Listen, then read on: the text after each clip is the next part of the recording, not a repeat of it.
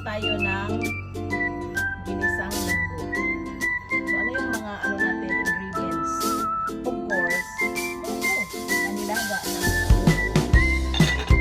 meron tayong karne or pork, gulay, kalabasa, sayote, mga dahon-dahon, alugbati at malunggay, at panakot pa sa Bisaya, no? Mas Tagalog ng mga panakot, mga spicy na kamatis, bombay, garlic, pepper, at dahon ng sibuyas. Of course, asin at saka halika, lutuan kita ng ginisang munggo para sa masarap mong lunch.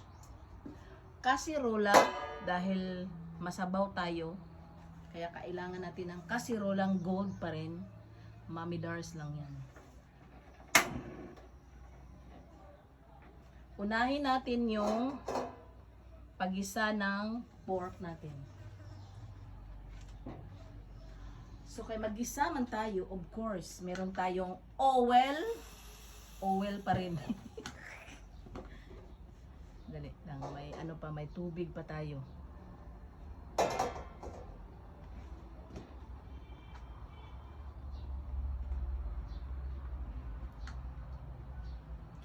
Oil, ilagay natin yung oil. Oil.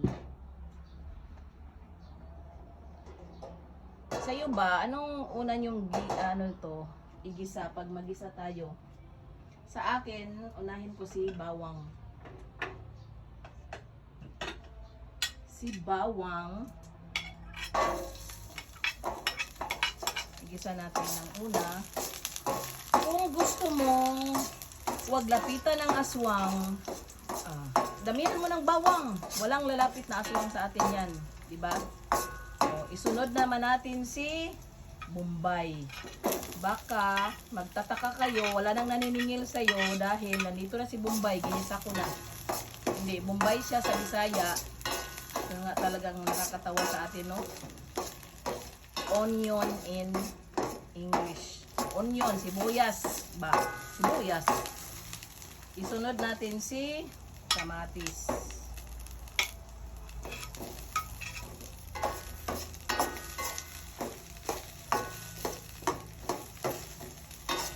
Anuhin lang muna natin na maluto yung mga ano natin. Panakot. Mga panakot ba? Isahin si panakot. Pag maluto ng kunti si panakot, ano natin? Nakasan ng kunti.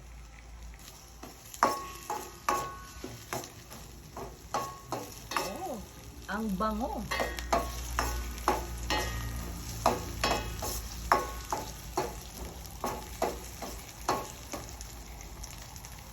Gisahin natin si pork.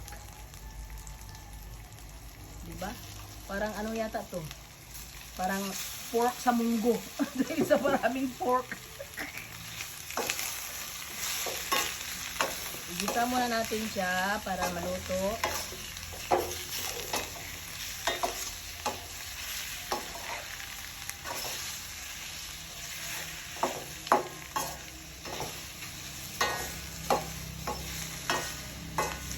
Ang bango. Parang naparami yata ng pork natin. Parang ano yata to, pork in munggo. Hindi to ginisang munggo. Yan. Yan natin ng konti.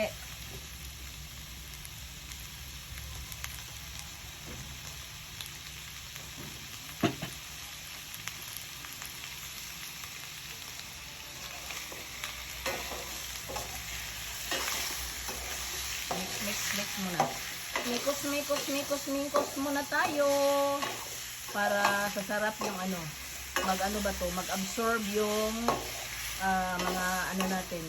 Yung nilagay nating onion, garlic, at kamatis sa pork natin. At para maluto siya ng ano, lagyan natin siya ng sa Manila na wasa. Ito sa amin water district. So lagyan natin ng water district para maluto si pork. Yan.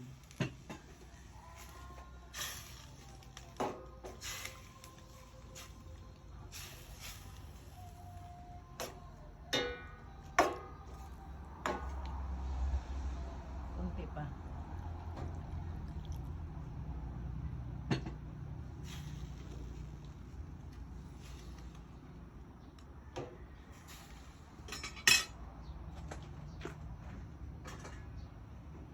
Takpan natin siya, hayaan natin siya ng 6 months.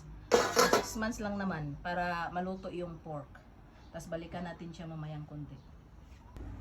After 6 months, tingnan na natin. Oh, luto na si pork. Ilagay na natin si munggo. Marami na naman tayo nitong lagay.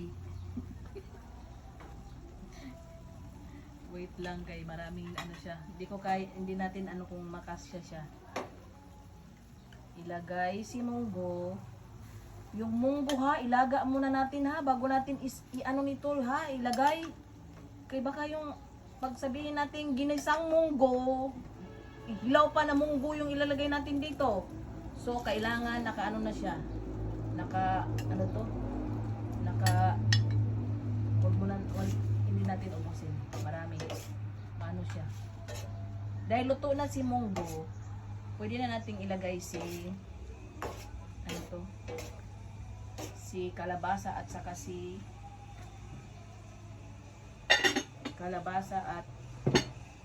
sayote.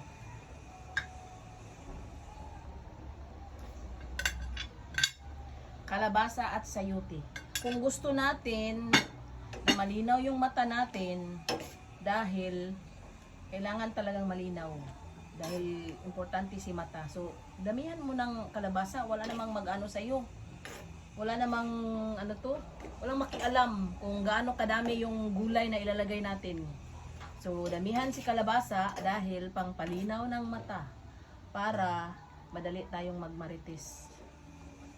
Dahil malinaw yung mata natin. Diba? So, takpan muna natin. Lagyan muna natin ng isang water district. Kung munggo kasi nasabaw, gusto ko siya. Di ba siya masyadong dry, malapot? O kailangan masabaw. At hayaan na rin natin siya ng mga 2 months lang para maluto si kalabasa at si sayote. So after 1 month, tingnan natin siya. Oh, luto na yung kalabasa at sayote. Huwag masyadong i-overcook ang gulay dahil hindi na siya masarap kung overcook. Tulad natin, masarap pa rin tayo kahit hindi tayo overcook. Diba? Ganyan lang yan. Alugbati at yung malunggay. Kung ano pa yung gusto nyong ilagay sa luyot or ano pa, pwede naman damihan. Depende lang naman sa option natin kung anong ilalagay natin mga gulay. Basta ang importante, meron na tayong mga gulay. Ito parang pork ito in munggo dahil sa daming pork.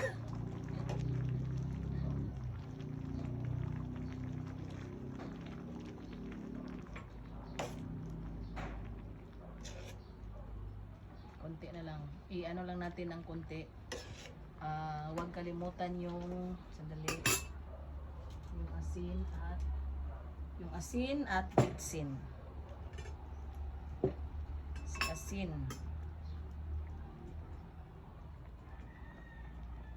Huwag maano tayo. Baka maging siya marami. So konti. Kasi iodized siya so.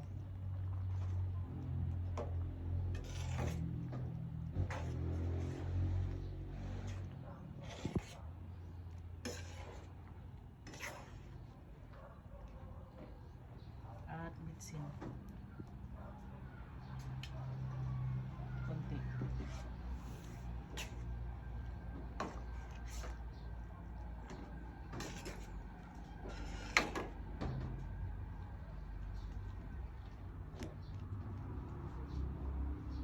Takpan muna ng mga isang araw. Open natin. Ilagay yung last ano.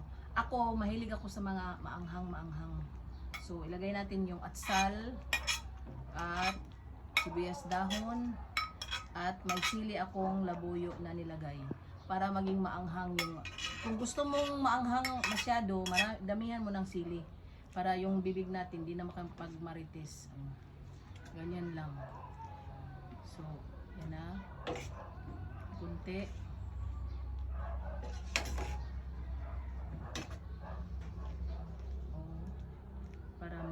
Para mangamoy ng ano siya. Takpan ulit natin ng mga 4 hours. Open na natin. Tikman na natin ang ginisang munggo Mami Dar's version.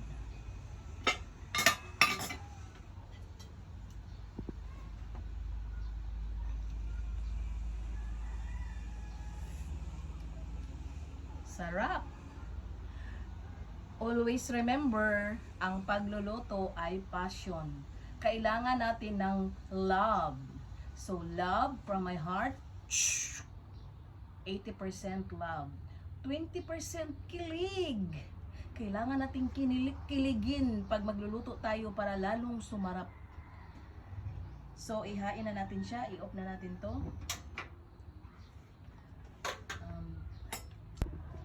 Luto na ang ginisang munggo. Ito ang luto ng ina mo.